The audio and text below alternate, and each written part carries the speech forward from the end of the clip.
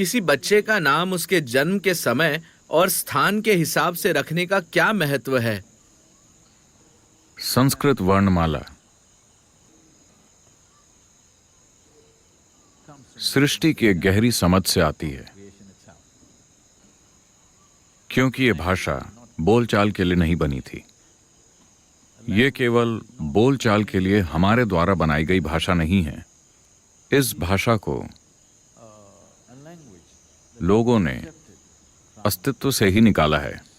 विकास सृष्टि को देखकर हुआ, न कि कल्पना करके। कई मायनों में जिन ध्वनियों का आप उच्चारण करते हैं और जिन आकारों का जिक्र करने के लिए आप इन ध्वनियों का उपयोग करते हैं, ये जुड़े हुए हैं। मंत्र का यही अर्थ है। मंत्र का अर्थ है एक ध्वनि, एक शुद्ध ध्वनि। यंत्र यानी उससे जुड़ा हुआ आकार।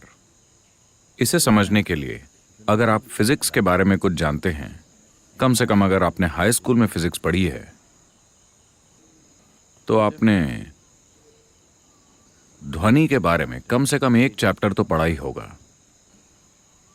अगर आप किसी ऑसिलोस्कोप में ध्वनि डालते हैं, जो ध्वनि को मापने का यंत्र है, तो उस आवाज की फ्रीक्वेंसी, उसके एम्पलीट्यूड और बाकी पैमानों के हिसाब से ये हर बार आपको एक खास आकार दिखाएगा।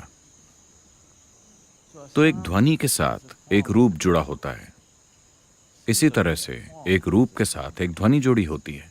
जब एक बच्चा जन्म लेता है, तब सौर मंडल की ज्यामितीय स्थिति के आधार पर ब्रह्मांड पर गौर करने का भी एक तरीका है, पर वो काफी जटिल है।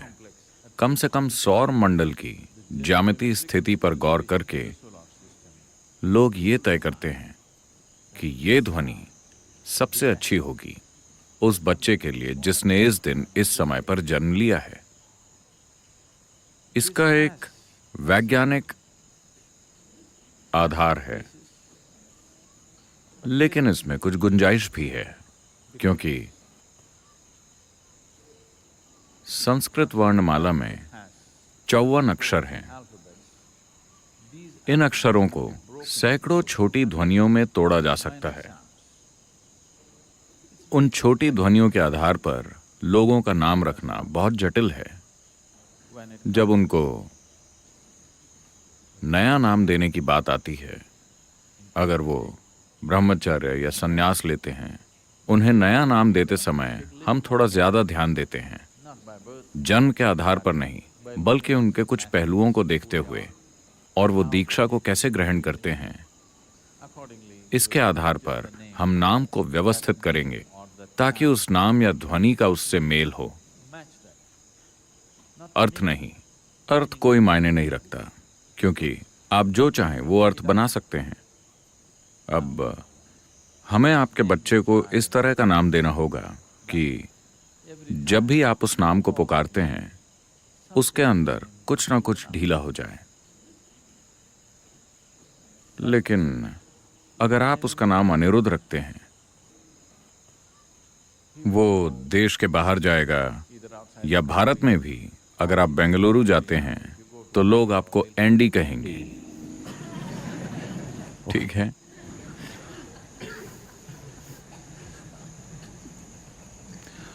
अगर आप उसका नाम जनक रखेंगे तो वो उसे जैक कहेंगे। हमें नहीं पता कि वो उसका कैसा नया नाम रखेंगे। कुछ हद तक ये महत्वपूर्ण है। अगर आप मोक्ष की खोज में हैं, तो जो नाम आप बोलते हैं, जिस ध्वनि का आप उच्चारण करते हैं,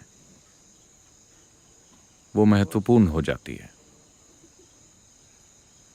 भारतीय समाज में लड़कों के नाम रखने पर ज्यादा ध्यान दिया जाता है बजाय लड़कियों के, क्योंकि किसी लिंग भेद की वजह से नहीं, क्योंकि आपको उसी पट्टे के साथ रहना है। लड़की तो किसी और की परेशानी, क्योंकि बेटा आसपास ही रहेगा आपकी आखिरी सांस तक। जब आप मर रहे हैं अगर आप अपने बेटे को बुलाना चाहें तो आप कहेंगे शिवा। वाह। अगर वो सैम है तो क्या करें? इसलिए माता पिता भी ध्यान देते हैं कि हम तो लगातार, क्योंकि हो सकता है कि वो खुद अपने नाम का अक्सर इस्तेमाल न करें, लेकिन हमें ये नाम बार बार पुकारना पड़ेगा। इसलिए ये परिवार की ज्यामिति के अनुसार होना चाहिए। मगर वो ये नहीं जानते कि लड़की को क्या नाम दें, क्योंकि वो अभी तक ये नहीं जानते कि वो किससे शादी करेगी। तो आमतौर पर शादी के समय लड़की का नाम बदल दिया जाता था। आप जानते हैं, करीब 25 साल पहले तक अधिकतर महिलाओं का शादी के समय नाम बदल दिया जाता था। पति का नाम देखकर उसके गुणों के आधार पर या ग्रहों की ज्यामिति के आधार पर नाम बदला जाता था ताकि वो मेल खाए। आजकल ये अपमानजनक माना जाता है। मैं अपना नाम क्यों बदलूं? ये जरूरी नहीं है, क्योंकि हर चीज का शोषण करने के लिए प्रयोग किया जाने लगा है।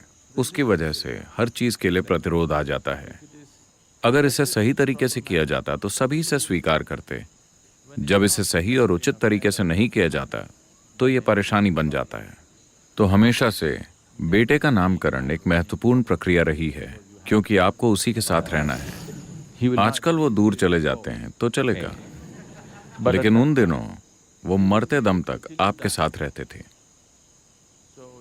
इसीलिए ये जरूरी था कि जो नाम आप पुकारें वो परिवार के ज्योमेट्रिक इक्वेशन में फिट हो।